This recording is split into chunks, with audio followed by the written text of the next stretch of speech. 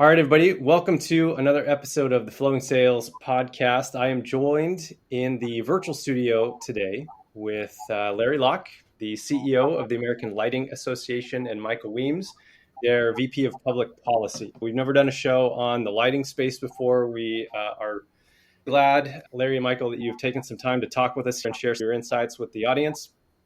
We really appreciate it. Without further ado, Larry and Michael, if you could take a brief moment to introduce yourselves, we'll get into some of the subject matter here. Thanks, Curtis, for having us. I'll start, and then Michael jump in. As President and CEO of the American Lighting Association, I've been with the organization for close to 30 years, representing lighting manufacturers, lighting retail showrooms, lighting manufacturers representatives, sales representatives, designers, all types vertically structured organization. And we're active in education, and Michael will talk about how we're active in government affairs, public policy, this is very timely, coming right off Election Day, and things that we'll be seeing next year. And Michael, I'm sure, will get into that. And so we're trying to reintroduce the organization or reimagine the organization and come up with some new programs that are beneficial to the membership that they have told us they needed and they wanted. That's been our mandate for this year and next year. Awesome. Thank you. Yep. I'm Michael Weems. I've been with ALA almost as long as Larry, only 10 years. Before that, I spent 10 years in the government. And as part of my time in the government, I used to meet with the membership of ALA on a whole host of issues ranging from taxes to healthcare, small business. And one of the big ones is energy efficiency. After a decade of doing that, it was time to make a change and getting to know the membership at ALA. It was an easy transition for me to come over. Since then, I've been with ALA for 10 years, and in that time, the role of government affairs and public policy at ALA has changed, and the mindset has changed. Our members are more engaged. They're more aware now.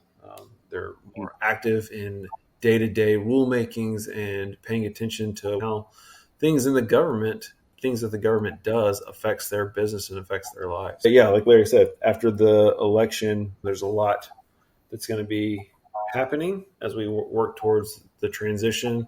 There's going to be a lot that comes after that from a policy standpoint, laws and regulations that will impact the business aspects of our members, their personal lives, the lives of American consumers for lighting products. Got it.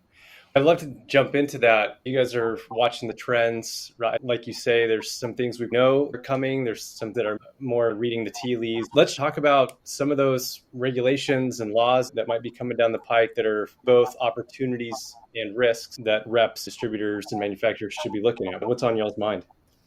I'm sure Michael could touch on tariffs since we've been going up and down that highway, and that probably will continue. Michael, jump in there and give everybody an update on the tariff situation. But the election is behind us, and we know the outcome. During the campaign, former President Trump was very verbal in his desire to not only address tariffs again, but address them in a manner which is going to ultimately be detrimental to American consumers and American businesses. These tariffs we're talking about are in addition to the existing tariffs we already have on products coming from China. The president's rhetoric during the campaign is he doesn't want to just go after China again. He also wants to go after other countries. Any country that imports products into the United States, he wants to put a tariff on those products. At the end of the day, what we've seen from the first round of tariffs that go back to 2017 and 18 and 19, during the first Trump administration, is that it's not China that pays those tariffs. It's the American people. Goods are more expensive today, not because of inflation. You look at inflation, the inflation numbers have come back down. But it's because of the tariffs and the trade imbalance between the United States and China.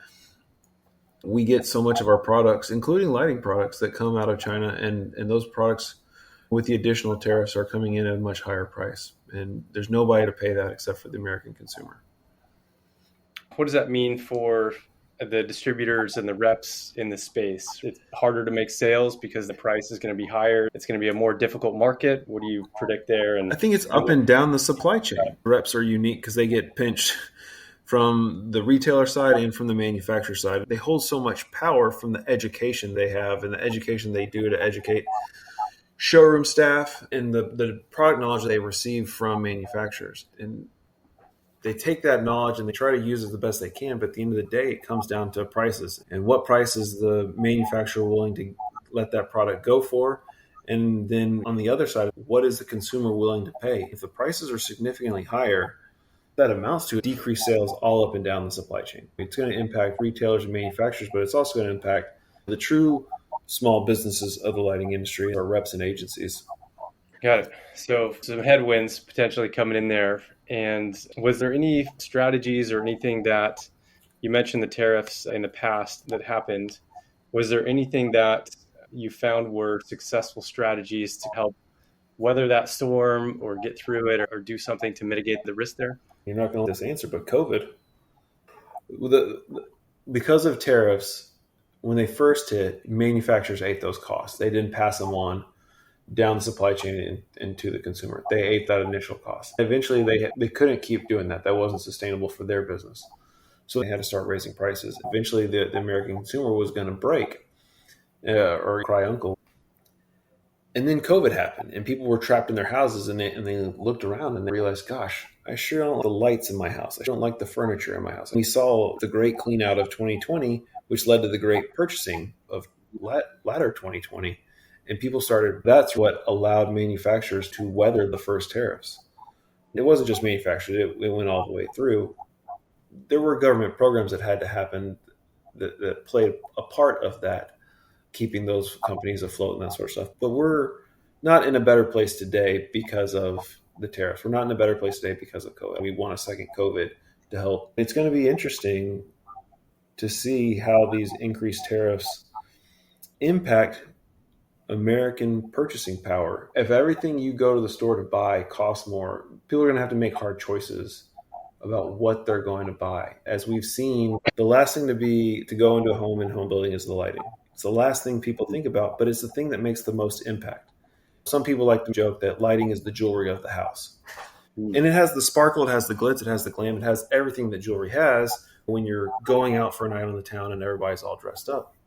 But in a home, if you don't have quality lighting, if you don't have the right lighting, if you don't have the proper application of lighting in a home, that affects your circadian rhythm, it affects your mood, it affects the way things, it affects the paint on your walls. You think that's a yellow on your walls? No, that's taupe, and taupe is out from 5 years ago. So it's all these things play into what Americans think about when they go into a store, what they're looking for, what can they afford.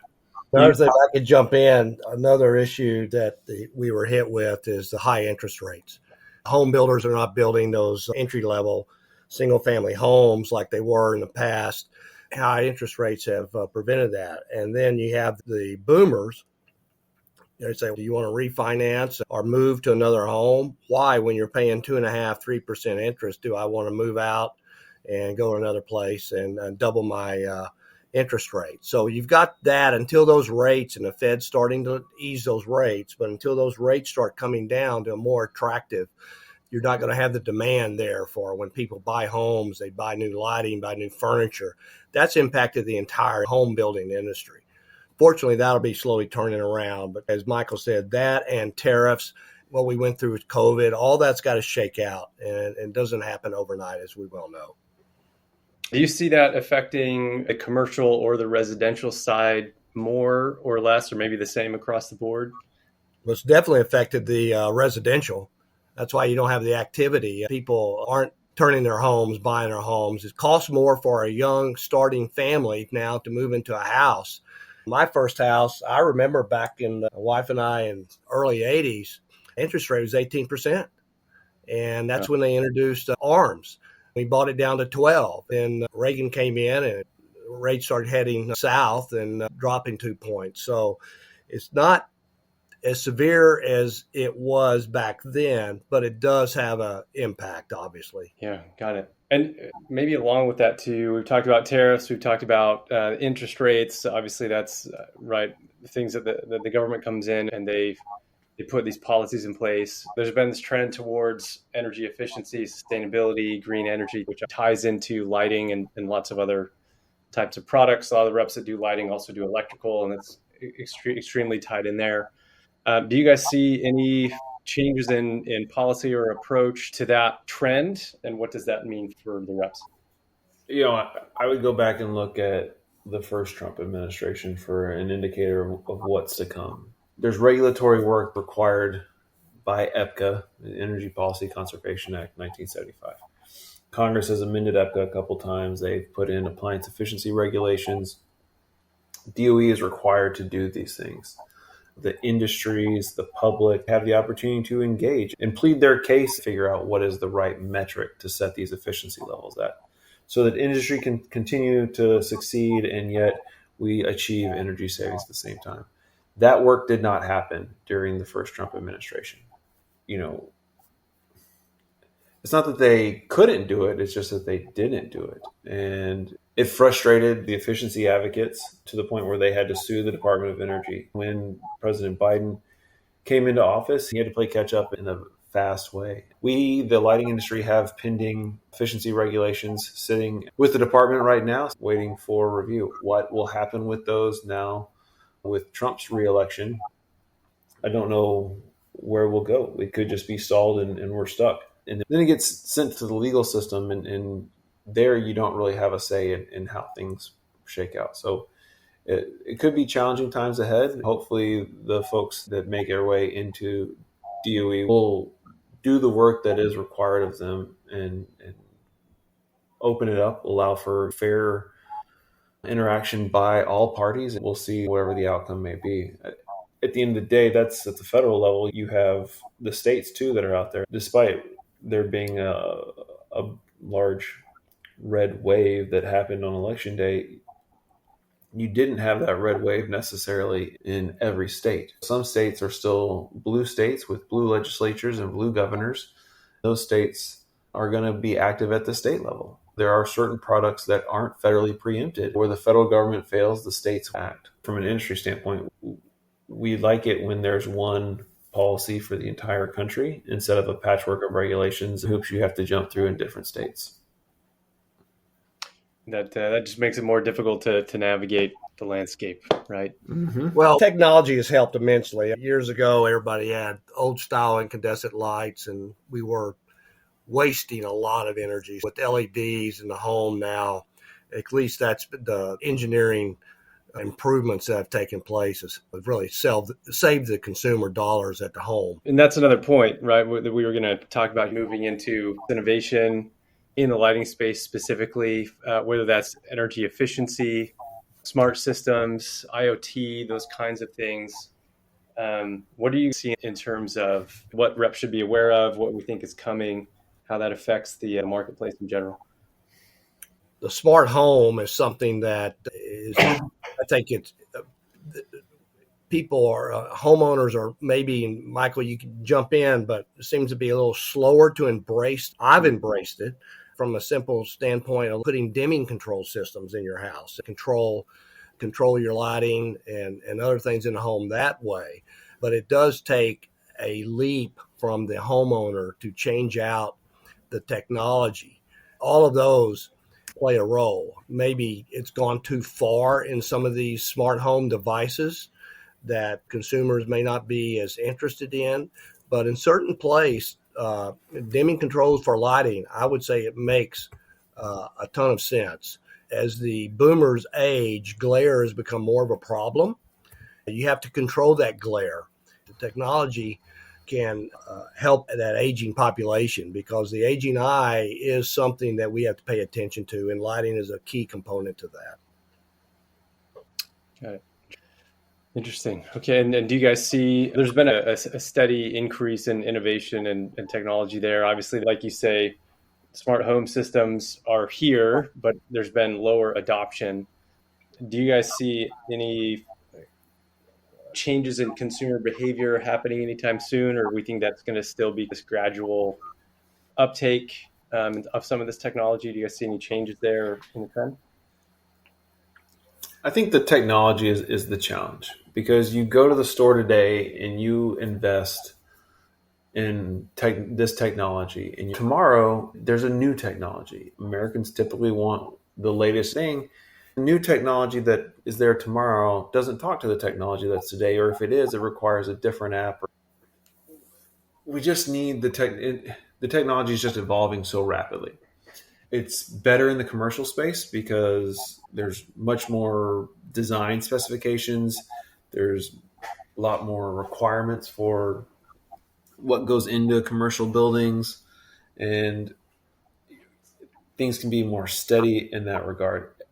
But it's so individualized in the residential setting. You buy one thing and you come home excited about it and you get all, but then your spouse or your partner or whoever, you've got to get them to buy into it as well. Otherwise, you're somebody just sitting at home who's got all this technology in the house and it's only being used by one person. And when that happens, maybe it's not being used to its fullest potential. Yeah, that's a good point, Michael. Let's go back 10, 15, even 20 years ago. How many TV remotes did everyone have? And has that changed? You log on to your smart TV, you got to find your app to stream. You may be using Apple TV and you've got your Samsung remote. You may have another remote because it's going through your stereo system. So just take that one unit, apply that to every appliance, your lighting, all of that. And we had a saying when CFLs came out, is it going to meet the lady of the house test? The color did not. And we knew that. I would say that still applies here. If the individual is, like Michael said, is an early adopter of new technology and used to upgrading to get the latest and greatest, they'll always be there. I don't care if you're putting in lighting controls or buying a new TV. But if you've got other members of the family that are slower to adopt that, you've got a challenge. The standardization of technology then is a challenge, right? Like you're saying, I've felt that actually in our own. I haven't bought into the smart systems because I haven't articulated or thought about that, but I think that's one of the main things is then how does everything talk to each other? What if we have to upgrade? How does this all work together? It's complicated to figure that out. Mm-hmm. You just have a folder on your smartphone and it's got 14 apps in it for the 14 different. Exactly. And then have you really achieved anything? Has it made your life simpler? And you just go back to that simple technology. If it can make your life easier and simpler on day-to-day activities versus more complex, and these individual companies are trying to beat the other one to the goal line. And so the consumer is totally confused.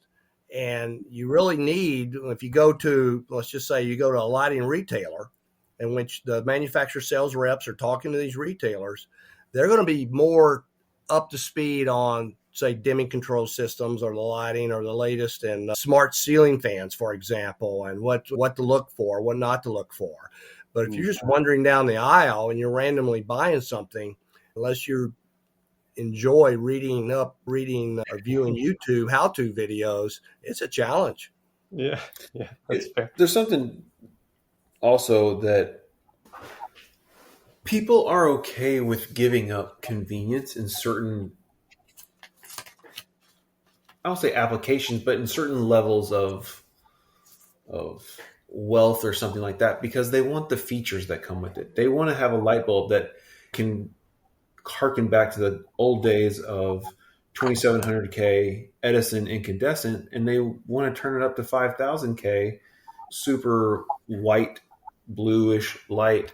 That they want to have that technology, and it's okay if it takes a minute to pull out the app and go through it, because if they're having a party, they want to change the mood of the party. They want to have that dimming capability with the controls and in-wall dimmers and that sort of stuff. So but that's the challenge of what do consumers want, and which consumer just walked in the showroom door.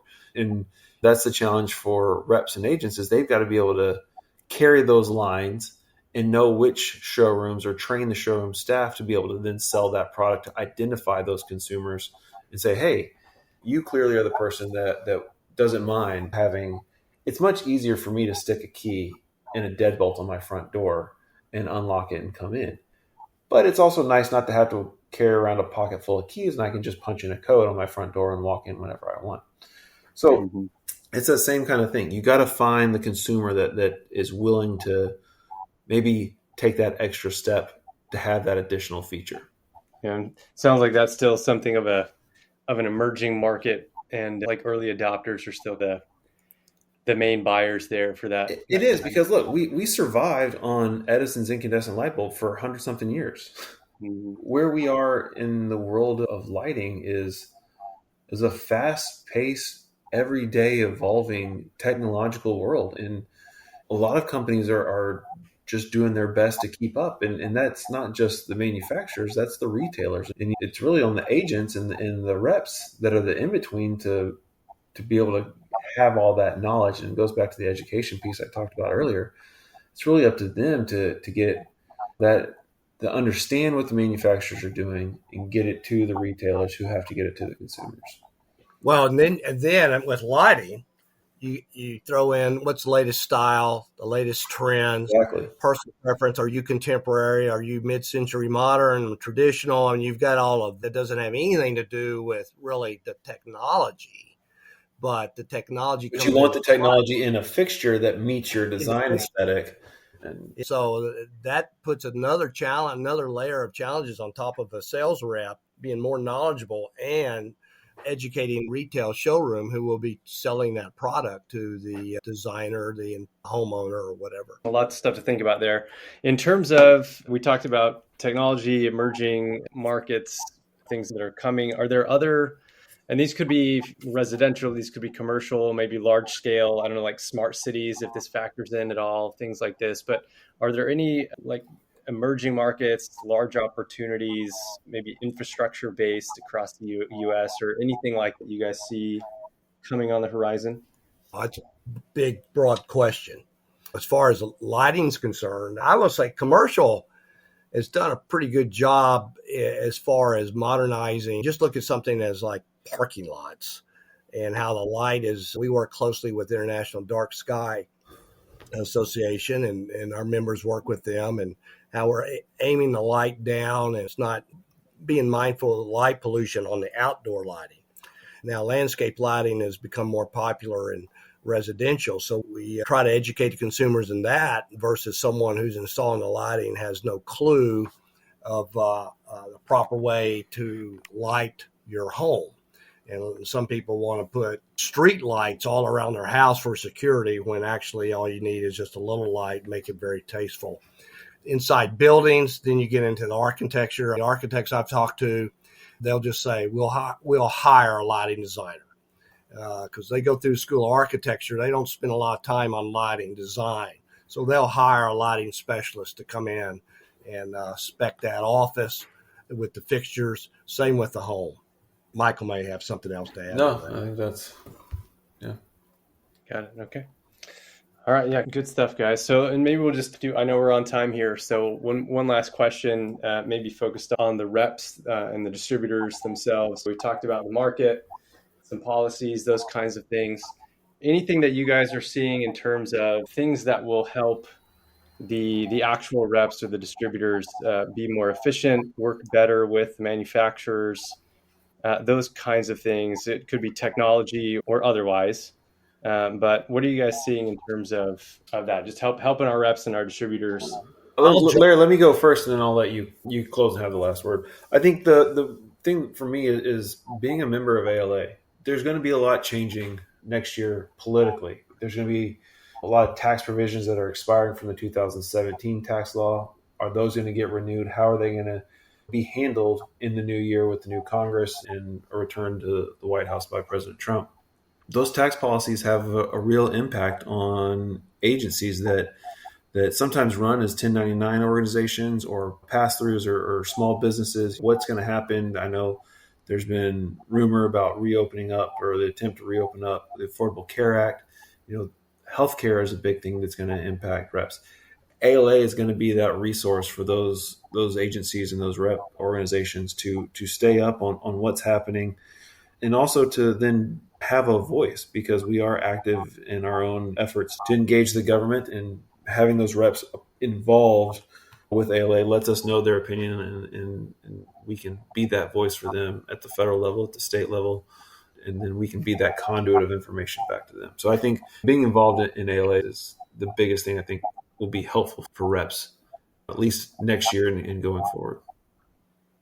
Michael's right. Being a member of your organization like American Lighting Association and staying abreast on these changes that will affect their business, affect their bottom line, that's our job. We have reps that have joined. We introduced ALA Health Plan, and rep agencies that have taken advantage of that have saved money from healthcare costs. Healthcare costs will not be going down. We can promise you that. They're participating in the ALA Health Plan as a member of ALA and saving thousands of dollars there for their sales agents that work for their agency. So things like that, we'll have member forums where reps can, through Zoom call, we'll take a topic, we'll address it, and they'll share ideas and challenges in their marketplace and what other reps in other parts of the country are doing. So all these things we're going to be doing next year, and we started this year, will continue. It's well worth the investment for the future of your being a manufacturer sales representative. Perfect. Thank you, Larry. Michael, has been, I think, informative. I think there's lots of, like you guys have talked about, there's lots coming down the road here that reps and distributors need to be aware of, thinking about. If you're a rep in the lighting space, you're not a member of ALA yet, check them out, American Lighting Association, or in your own particular industry. Thank you guys again for being on the show and helping us think through some of this stuff, and we appreciate it. Thank you. We appreciate it very much.